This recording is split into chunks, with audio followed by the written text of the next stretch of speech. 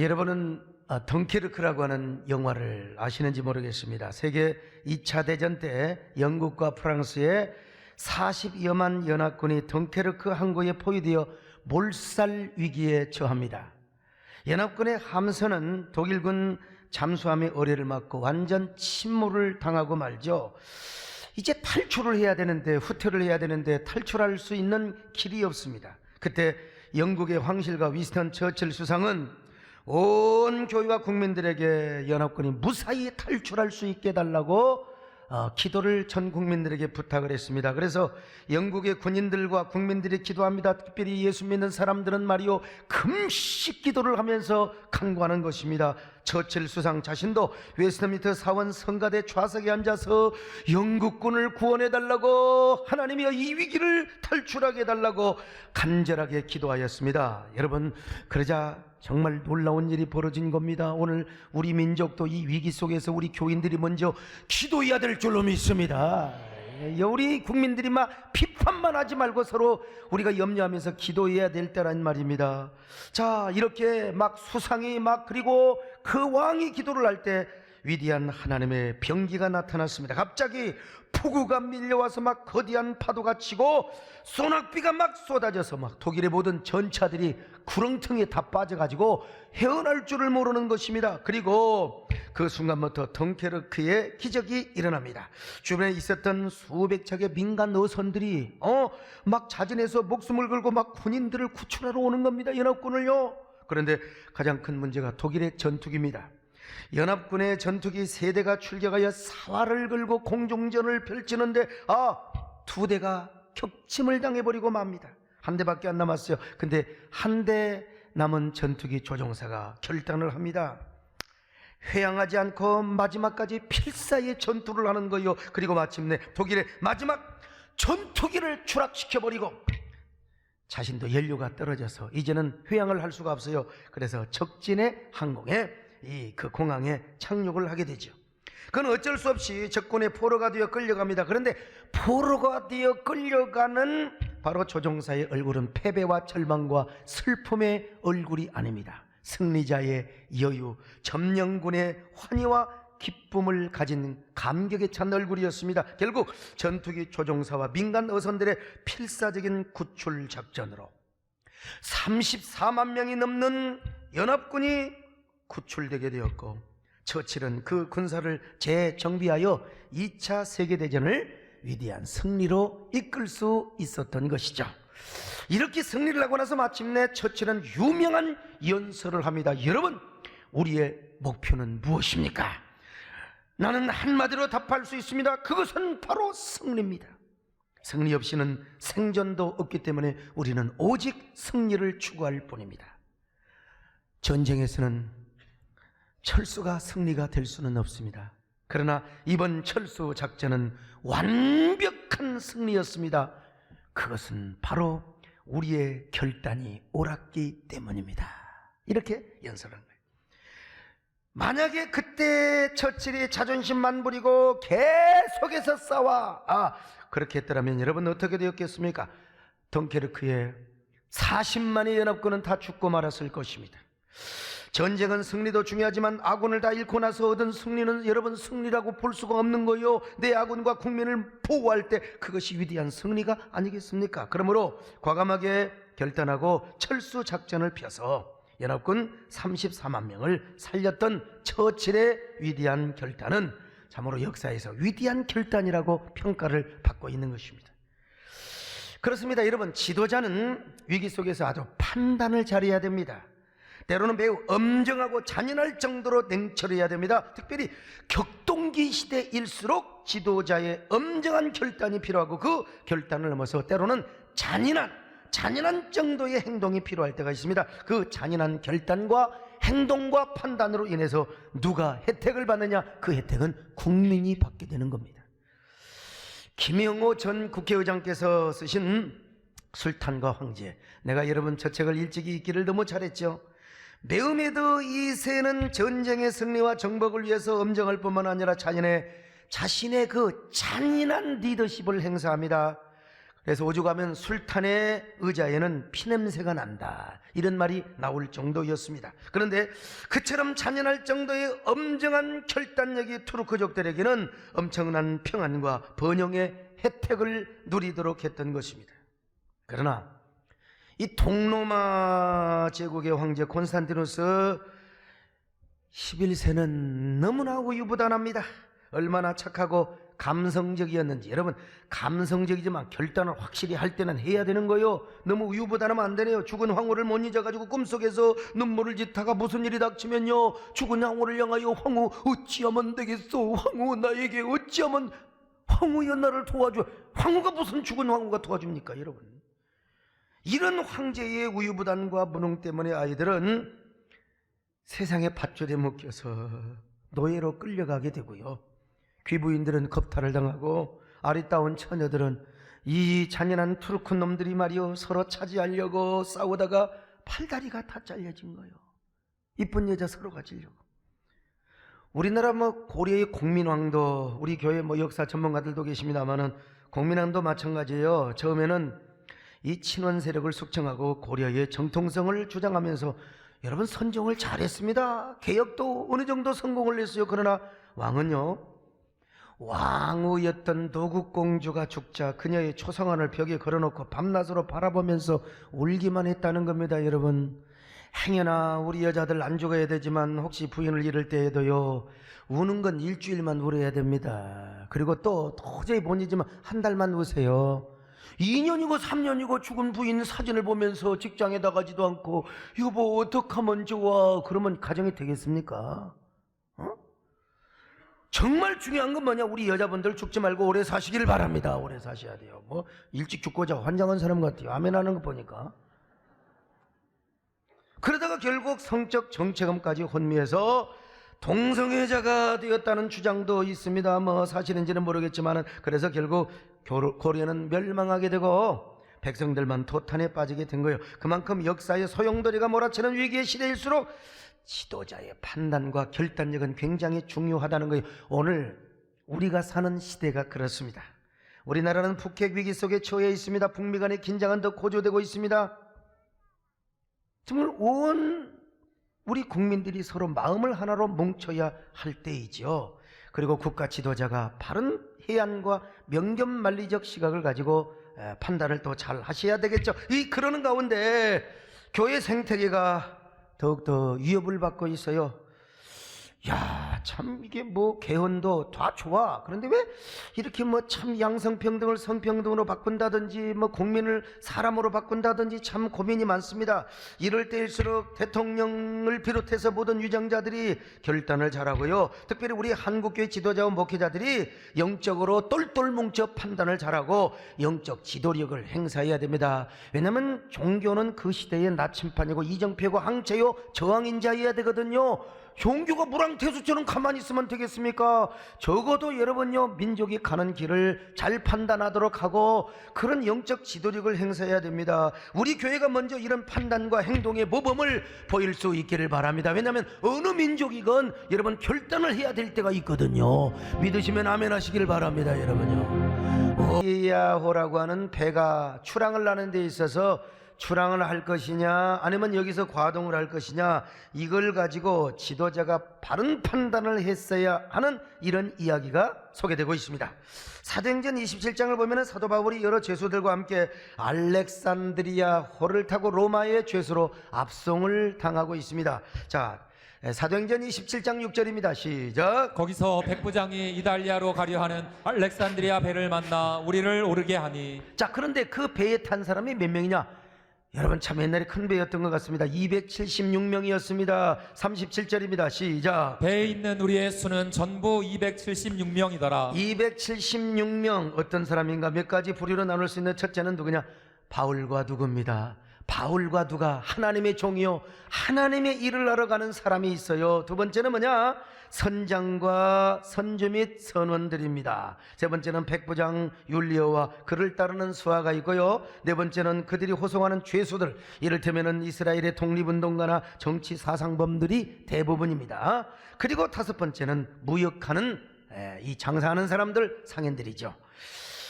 여러분, 바울도 여러 제수들 중 한 사람입니다. 바울은 지금 여행 가는 게 아니에요. 크루즈 이 배를 타고 말이죠, 지금 관광하러 가는 게 절대로 아닙니다. 바울은 지금 로마 황제에게 재판을 받으러 가는 것입니다. 바울의 제목은 무엇이냐? 정치범이 아니라니까요. 이스라엘의 독립운동을 하다 잡히는 게 아니요, 예수 믿고 복음 전하다가 유대인들의 모함에 걸려서, 이 모함이라는 게 문제입니다. 사실 아니, 예수 믿고 구원받자고 그러는데 무슨 뭐 새로운 민족운동을 하느니 뭐 막 그냥 자꾸 로마를 뭐 대적하느니 어쩌니 그냥 말이요.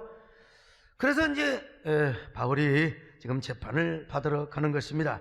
그래서 로마 황실이나 제국이 가장 싫어하는 것은 정치범은 아니었지만, 그런 사도 바울이 정치범은 아니었지만 죄수 신분으로 가이사 황제에게 직접 재판을 받으러 가는 것입니다. 그는 예수 믿고 복음을 전한 죄로 배에 오르고 있습니다. 그리고 바울뿐만 아니라 270명 모두가 알렉산드리아라는 배를 타고 로마로 가고 있는데, 당시 이스라엘에서 로마로 가려면 몇 달을 걸립니다. 몇 달 걸려요. 그리고 지중해를 통과해야 되기 때문에 바람에 시달립니다. 더구나 겨울에는요, 막 바람이 세게 불어오기 때문에 겨울에 항해하는 것은, 뭐 여러분 이탈리아 여행해 보셨는지 모르지만 이 로마에 가면 겨울에 바람이 엄청나게 세잖아요. 자, 그런데 마침 겨울이 다가오고 있습니다. 그러자 사람들이 항해 문제로 의견이 맞지 않아서 막 옥신각신합니다. 무슨 문제냐? 지금 있는 미항에서 겨울을 보낼 것이냐, 과동을 할 것이냐, 아니면 그레드에 있는 저 페닉스라고 하는 항구에 가서 과동을 할 것이냐, 이걸 가지고 이제 옥신각신을 했습니다. 자, 12절을 보실까요? 시작. 그 항구가 겨울을 지내기에 불편하므로 거기서 떠나 아무쪼록 베닉스에 가서 겨울을 지내자 하는 자가 더 많으니, 베닉스는 그레데 항구라 한쪽은 서남을 한쪽은 서북을 향하였더라. 서로 이제 논쟁을 했죠. 그런데 그레데로 가자고 하는 사람 쪽이 많았다 이 말이죠.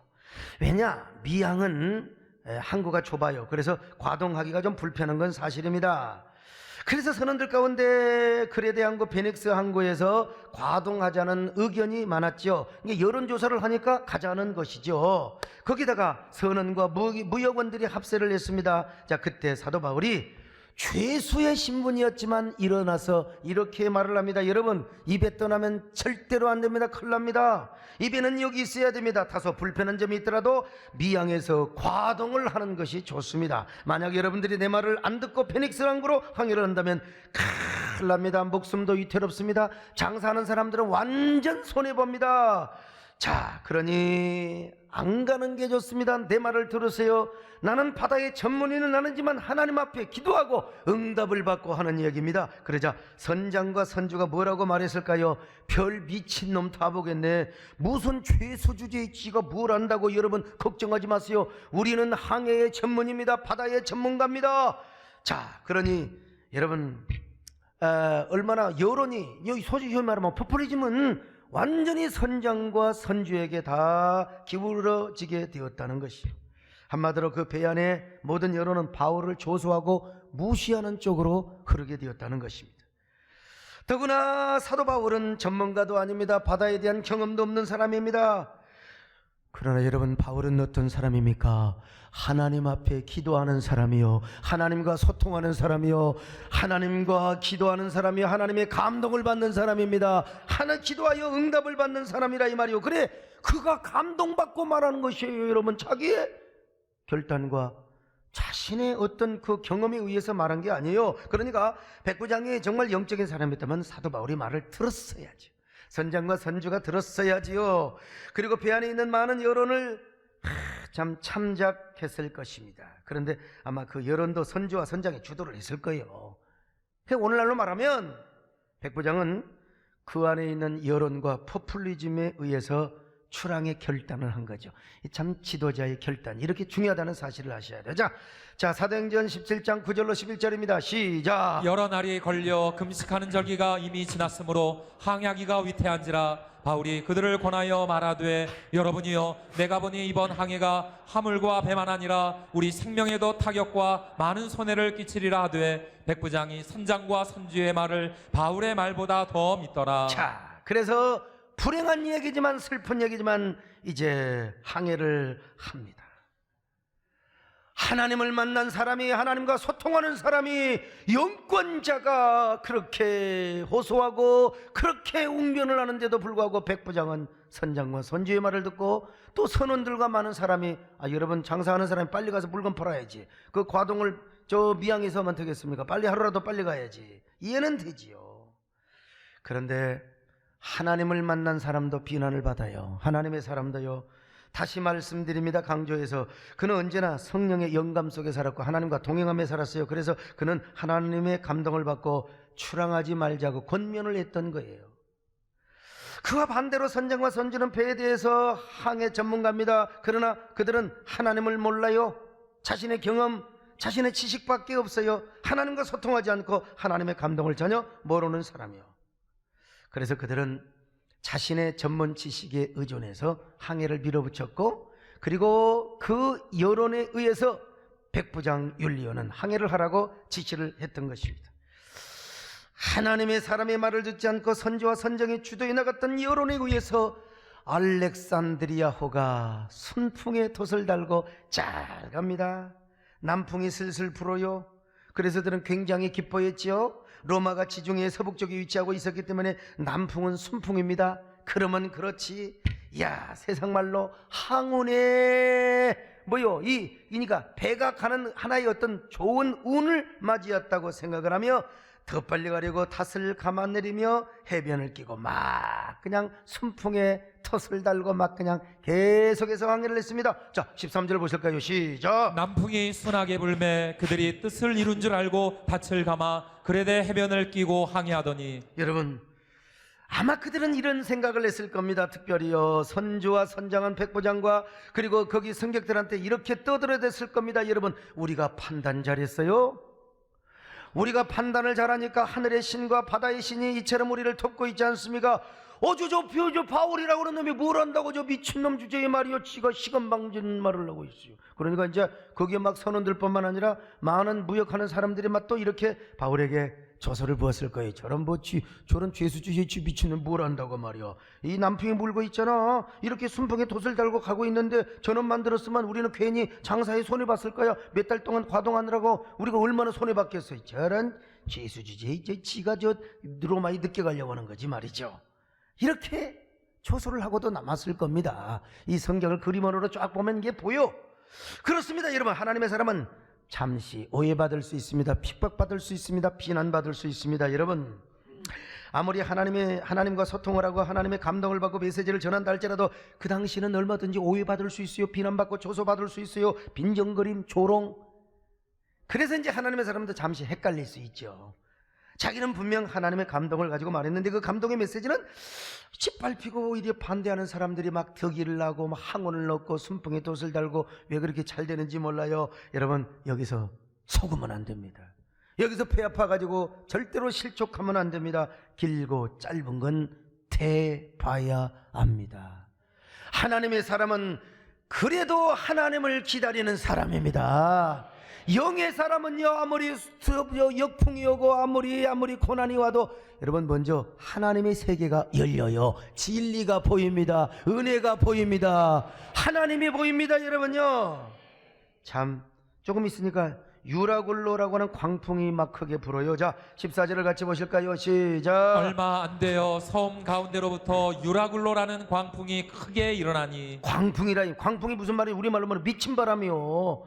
바람은 살살 부리죠. 왜 미쳐요? 전혀 예상치 못한 미친 바람이 막 미친 기가 달려오듯이 막 불어오는 겁니다. 배가 난리 났어요. 일기요동 저리기요동 막 폛을 내리고요. 정신없이 배가 밀려갑니다. 이리 밀리고 그러다가 이제 스러디스 암초 같은 데 부딪히면 배는 그냥 그대로 뒤집어지는 겁니다. 그런데도 계속해서 바람과 파도는 여전합니다. 이제 구원의 소망도 없어요. 살 소망도 없어요. 자 확인해 봅시다. 15절로 20절 같이 보실까요? 시작. 배가 밀려 바람을 맞추어 갈 수 없어 가는 대로 두고 쫓겨가다가 가우다라는 작은 섬 아래로 지나 간신히 거루를 잡아 끌어올리고 줄을 가지고 선체를 둘러감고 스르디스에 걸릴까 두려워하여 연장을 내리고 그냥 쫓겨가더니 우리가 풍랑으로 심히 애쓰다가 이튿날 사공들이 짐을 바다에 풀어버리고 사흘째 되는 날에 배의 기구를 그들의 손으로 내버리니라. 여러 날 동안 해도 별도 보이지 아니하고 큰 풍랑이 그대로 있음에 구원의 여망마저 없어졌더라. 배가 지금 뒤집어지려고 합니다. 이제는 누가 와서 구원의 손길도 없습니다. 바람은 불지요. 미친 바람이 불어오지요. 파도가 그냥 배를 덮쳐오지요. 이제는 구원의 희망도 없어요. 살 소망도 없습니다. 그 광풍 앞에 여러분요, 선원들 그리고 선장도 자기 짐을 다 버리고 배의 기구들까지 다 버리고 마는 거예요. 이런 고난 속에서 그들은 14일 동안 배멀미에 시달렸어요. 먹지도 못하고 막 그냥 똥물을 줄줄줄줄줄 싸면서 오바이트를 하면서 여러분 얼마나 힘들었겠습니까? 14일 동안. 자, 33절입니다. 시작. 이르되 너희가 기다리고 기다리며 먹지 못하고 줄인지가 오늘까지 열 나흘인즉 열 나흘 동안 밥도 제대로 못 먹었네요. 먹어봤자 토하고 그냥 아래로 물만 줄줄 싸고 여러분 눈은 쑥 들어갔겠죠. 지금요. 지금 눈이 쑥 들어가지고 혹시 졸리는 사람은 그 배를 타야 됩니다. 정신 차려야 돼. 아무튼 아니요. 276명의 배 안에 탄 사람들이 아마 어떤 생각을 했을까요? 포나마나 말 안 해도 여러분 척하면 삼천리요. 아, 그때 바울이라고 하는 사람의 말이 맞았어. 바울의 죄수의 말이 맞았어. 바울은 전문적인 지식을 가지고 말하는 것이 아니라 하나님의 감동을 받고 하나님의 응답을 받고 이야기를 했는데, 그때 우리가 바울의 말을 들었어야지. 그때 바울의 말을 들었어야 했는데 우리가 이렇게 죽게 된 거야. 여론이 확 달라져 버린 거요. 여론이. 그러자 선장과 선지와 선원들도 이런 생각을 했을까 하면 백부장도 그렇지 않았겠습니까? 생명 앞에, 지금 죽음 앞에 뭐 생각이 무엇밖에 안 났겠어요? 아, 그때 우리가 바울의 말을 들을 걸. 바울의 말을 들었어야 했는데 바울의 말을 안 들어서 우리가 이렇게 죽어간다. 인생이 이렇게 허망하단 말이냐? 우리는 이렇게 죽어야 한단 말인가? 바울의 판단이 옳았는데 왜 우리는 그때 바울을 무시하며 우리의 판단이 옳았다고 거짓말 피웠을까? 일순간에 확 달라져서 분위기가요. 그러나 여러분, 이제 와서 후회해도 소용없는 일입니다. 그런 노래가 있잖아요. 이제 와서 후회해도 소용없어요. 그 시절 그 추억이 또다시 온다 해도 고집만은 안 피워야죠. 똥꼬집은 안 피워야죠. 하나님과 소통하고 감동을 받는 사람의 말을 안 들어서 그렇게 되었기 때문이에요. 그래서 그들은 땅을 치고 가슴을 치고 먹장구름을 바라보면서 후회를 하고 또 후회했을 거예요. 여러분, 다시 강조해서 말씀드리지만 오늘날도 하나님과 소통하고 하나님의 감동을 받은 사람 처음에 무시당할 수 있다니까요. 조롱당할 수 있어요. 하나님의 감동을 받고 말한 사람도 처음에는요 비난받을 수 있어요. 그러나 나중에는 인정받게 됩니다. 할렐루야. 나중에 인정받는 거예요. 뭐 드라마를 봐도 다 주인공이 처음에 오해받잖아요. 나중에 해피엔딩으로 끝나요. 드라마가 죽을 것 같죠? 주인공이 죽을 것 같죠? 절대로 안 죽어요. 주인공은 안 죽어요. 주인공 죽죠. 주인공 죽으면 드라마도 끝나는데 걱정하지 마세요. 아이고 어찌했을까? 그럴 필요가 없어. 안 죽어. 드라마는 절대로 안 죽어요. 드라마가 죽는 게 주인공은 안 죽어요. 주인공은. 그 말이지. 오늘 선장과 선지와 백부장이 바울을 인정하고 있어요. 바울의 판단과 결단이 100번 1000번 놀았다고 인정하고 있잖아요. 그러자 그때 바울은 하나님의 감동과 영감을 가지고 드디어 위대한 영감의 스피치를 하는 거예요. 여러분들은 내 당초 내 말을 들었어야 했습니다. 그런데 왜 내 말을 듣지 않고 이런 고생을 한단 말입니까? 그러니까 앞으로 여러분 어떤 배를 항해하더라도 기도하며 하나님과 동행하는 사람, 그 사람 말을 꼭 들으시기를 바랍니다. 그러나 여러분 안심하세요. 괜찮습니다. 걱정하지 마세요. 우리 생명에는 아무 지장이 없습니다. 아무리 풍랑이 거세도 여러분은 절대로 죽지 않을 것입니다. 하나님께서 부족하지만 저를 보증하사 여러분들을 절대로 죽이지 않을 것입니다. 왜냐? 저는 사명이 있는 사람입니다. 가이사 앞에 가서 복음을 전하고 재판을 받아야 할 사람이요, 내가 로마에 가야 돼요. 나를 보증하사 여러분들은 반드시 구원받게 될 것입니다. 이 얼마나 멋있어요. 자, 성경 확인해 볼까요? 21절로 25절입니다. 시작. 여러 사람이 오래 먹지 못하였음에 바울이 가운데 서서 말하되 여러분이여 내 말을 듣고 그에 대해서 떠나지 아니하여 이 타격과 손상을 면하였더라면 좋을 뻔하였느니라. 내가 너희를 권하노니 이제는 안심하라. 너희 중 아무도 생명에는 아무런 손상이 없겠고 오직 배뿐이리라. 내가 속한 바 곧 내가 섬기는 하나님의 사자가 어젯밤에 내 곁에 서서 말하되 바울아 두려워하지 말라. 내가 가이사 앞에 서야 하겠고 또 하나님께서 너와 함께 항해하는 자를 다 내게 주셨다 하였으니 그러므로 여러분이 안심하라. 나는 내게 말씀하신 그대로 되리라고 하나님을 믿노라. 여러분 얼마나 멋있습니까요? 이 바울이 지금요 성령의 감동을 받을 뿐 아니라 주님께서 천사 사자를 보내가지고 바울아 염려 마라. 너는 가이사 앞에 가야 된다. 복음 전해야 된다. 내 이름을 증거해야 된다. 할렐루야. 그러니까 이 사람들을 내 손에 붙였다 이거요. 너가 살면 이 사람도 산다는 거예요 여러분요. 오늘 이런 당당함이 있어야 돼요. 정말 나에게 사명이 있다면, 정말 사명이 생명이고 생명의 눈멸이고 사명의 은혜고 사명의 축복으로 여기는 사람이라 여러분 비행기 함부로 절대로 격침당하지 않습니다. 배가 함부로 절대로 이게 뒤집어지지 않아요. 그러니까 여러분 정말 사명이 있다면 비행기 탈 때도 마음속으로 이렇게 외쳐도 됩니다. 절대로 마음속으로 이놈들 저놈들 하지만 여러분 나 때문에 비행기 안전하게 운항할 수 있습니다. 에? 여러분 나 때문에 이 배 안전합니다. 걱정하지 마세요. 마음속으로 또 자꾸 그런 미친놈이라고 하니까 말로는 하지 말고 마음속으로 이래봬도 나는 이런 사명이 있다니까 할렐루야. 이런 당당함이 있어야 돼요. 이런 사람이 되시기를 축원합니다. 비행기가 흔들리면 막 겁이 나가지고 아니 내가 무슨 죄 졌나 하지 마시고 하나님 사명이 있습니다. 할렐루야.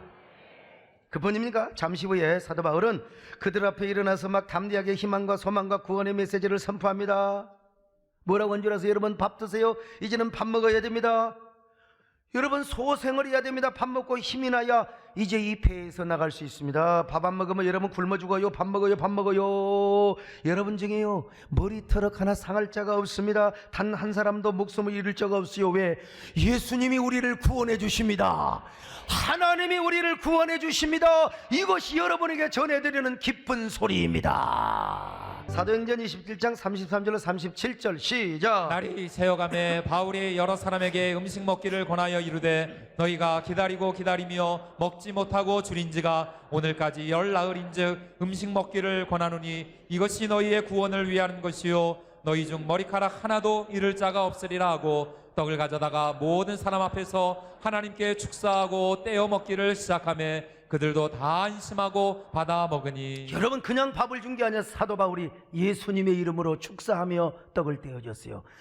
거룩한 성청식과 같은 은혜로운 식사 시간입니다. 자, 그렇다면 이 배의 주인은 누굽니까? 실제적으로 주도권을 이끌어가는 사람이 누구예요? 선주입니까? 선장이요? 백부장 율리옵니까? 지금 다 죽게 된 마당에 사도 바울이 하나님의 음성을 듣고 천사의 응답을 받고 음식을 떼어주는데 이 배의 주인은 지금 사도 바울입니다. 완전 주도권을요 사도 바울이 잡고 있어요. 여러분 이게 바로 하나님의 사람이요. 여러분들 다 이런 하나님의 사람이 되시기를 축원합니다. 알렉산드리아가 어떻게 됐습니까? 멜리데 섬에서 구원받았습니다. 한 사람도 아니고 머리털어 가나? 대머리들은 오히려 머리가 났을지도 몰라 긴장했어요. 그때 그들은 일제히 이렇게 바울에게 고백했을 거요. 바울, 당신이 옳았어요. 당신의 판단이 옳았어요. 하나님께 받은 응답 그 진리였습니다. 그리고 우리는 당신의 말을 듣지 않았어요. 이게 우리의 잘못이요. 그러나 당신의 기도와 헌신으로 우리를 구원해 주었으니 당신은 위대한 하나님의 사람이요 하나님의 위대한 종이요 하나님의 위대한 종이요. 백성들뿐만 아니라 선조와 선장 그리고 백부장도 다 그런 말을 하고도 남았을 겁니다. 여러분 참 얼마나 멋있어요. 저는 요즘 이런 말씀을 묵상해요. 저는 사도 바울과 어떻게 비교할 수 있겠습니까? 그러나 이제 비유를 한다면 사도 바울과 같은 입장이라고 이야기할 수 있겠죠. 저는 교회를 개척하면서 두 가지 신념이 있었거든요. 퓨리티, 신앙의 성결. 이거 우리 정권사님한테 영향받은 거요. 신앙의 그 깨끗함, 우리 영적인 그 순결함. 그리고 또 하나는 뭐냐? 오직 교회 부흥. 그러니까 전도밖에 모르고 기도밖에 모르고 교회 성장밖에 몰랐어요. 우물 안에 개구리였죠. 그러니까 여러분 40 중반에 이런 교회 짓고 비교적 큰 목회를 하고 있지요. 아마 계속해서 이런 영적 성결주의와 성장주의에 갇혀서 개교의 부흥만 추구했다면 지금 우리 교회 지금 일 나고 있어요. 지금 예배당 다시 지었든지 아니면 다른 예배당 지금 다른 예배당에서 교회를 지었든지 분명히 그랬을 거예요. 근데 제가 우리 존경하는 김승규 장로님을 만나면서부터 목회 생태계에 눈이 띄인 겁니다. 그렇지 않으면 저는 몰라요. 이 목회자도 의식이 바뀌어야 되거든요. 패러다임 시프트가 돼야 돼요. 반이슬람, 반동성애, 종교인 과세 대책 운동 등 뭐 교회 생태계와 관련된 일을 합니다. 이러니까 이제 우리 정권사님이 가끔 어이 소목사 그냥 자꾸 그런 걸 뭐하게 하려고 그러냐고 뭐 그러면 또 우리 집사람도 그렇고 말이요. 제가 우리 권사님께 이런 말씀을 드리죠. 권사님, 인간적으로 생각하지 말고 기도 한번 해보세요. 하나님 앞에 소목사를 넣고 소목사가 어떤 일을 하고 있는가, 내가 무슨 정치하고 있는가, 내가 사적인 욕망을 가지고 일하고 있는가. 어이 권사님이 기도해 보시오. 권사님 기도하니까 하나님 사람이니까 하나님이 감동을 주시고 응답을 주실 거 아니요. 나는 기도하면서 이런 감동을 받습니다. 소목사야, 지금 내 판단이 옳다. 내 결단이 옳아. 너라도 나서서 이런 얘기를 해야지. 너라도 나서서 지도자의 길을 걷는 지도자의 길을 걷는 사람은 외롭고 고독하고 쓸쓸하단다. 내가 너와 함께한다. 내가 너의 손을 붙잡아 줄 것이다. 그리고 언젠가 많은 사람이 너를 인정하는 날이 오게 될 것이다. 소목사가 옳았다고. 원래 지난 정부에서 종교인 과세가 돼야 되는데 종교 과세로 여러분 추구를 했어요. 밀어붙였어요. 여러분, 종교 과세는 공산 국가에서나 있는 일이지 어떻게 종교 과세가 나오면, 종교인, 국민의 한 사람으로서 나는 목사 10몇 년 전부터 여러분 자발적으로 세금을 냈던 사람입니다. 국민의 한 사람으로서. 그러니까 우리 목사님들도 국민의 소득 한 사람으로서 우리 소득을 내자 그런 사람입니다, 여러분. 그러나 종교인 과세가 돼야지. 종교 과세가 되면 안 돼요. 그는 공산당에서 있어요. 그게 종교인 과세라면 그 항목과 기준을 정확하게 설정을 하고, 그리고 종교 활동에 관해서 무슨 세무조사 그거는 있어서도 안 되고 공산국가에서는. 다만 목사도 세금을 떼금먹고 탈세를 하면은 나와서 조사할 수도 있다고 봐요. 그런 걸 대비하기 위해서 잘 우리 종교인들의 사례비 지출 명목을 잘해서 떳떳하게 투명하게 하자는 얘기. 여러분, 얼마나 합리적이고 균형 있는 사람입니까? 제 얼굴을 보세요. 얼마나 균형 있게 생겼습니까요? 저는 사역을 추구한 것도 아니고, 그래도 우리가 공교의 유익을 위해서 또 한국계 공익과 건강한 사회를 위해서 하는 거 아니겠습니까? 저는 이렇게 확신을 가지고 살아가고 있어요. 욕먹고 힘들어도 여러분 그것이 저희 사명이라고 생각해요. 여러분, 욕 안 먹고 사는 방법 하나 있어요. 가르쳐 드릴까요? 여러분, 진짜 욕 안 먹고 깨끗하게 사는, 한평생 사는 방법이 있는데, 그건 뭐냐? 태어나자마자 죽는 거예요. 태어나자마자 죽어버려. 그러면 욕 안 먹습니다, 여러분. 어찌 살면서 어떻게 욕을 안 먹을 수가 있겠습니까, 여러분요? 욕 먹는 걸 좋아하는 건 아니지만, 그러나 욕을 먹어서 상처받는 것보다 더 중요한 게 하나님이 더 큰 은혜로 그 가슴을 덮어버려요, 여러분요. 교회 일하다가 상처받을 수 있어요. 그러나 하나님의 은혜가 여러분을 더 덮어버리시기를 바랍니다, 여러분. 전도한다고 손가락질하고, 아이고, 여러분 너무 맹목적으로 하지 마세요. 광신적으로 하지 마세요. 남편 잘 섬기고 시부모 잘 섬기고 그러면서 동창들 만나가지고 막 수다 떨고 남편 흉 보고 말이죠. 노래방 가고 그 시간에 전도하세요. 그 시간에 열심히 전도하시고 교회 와서 봉사하세요. 그래도 저것들을 예수에 비쳤다고 여러분, 하나님이 반드시 옳다고 인정해 줄 것입니다. 내가 옳았어, 너가 옳아, 내가 너를 축복해 줄 거야. 오늘 여러분이 그런 사람이 되시기를 바랍니다. 오늘 시대의 사도 바울이 되시기를 바랍니다. 언제나 하나님과 소통하고 감동받고 그 감동에 의해서 순종하고 헌신하는 그런 성도들이 되시기를 바랍니다. 과연 옳았어,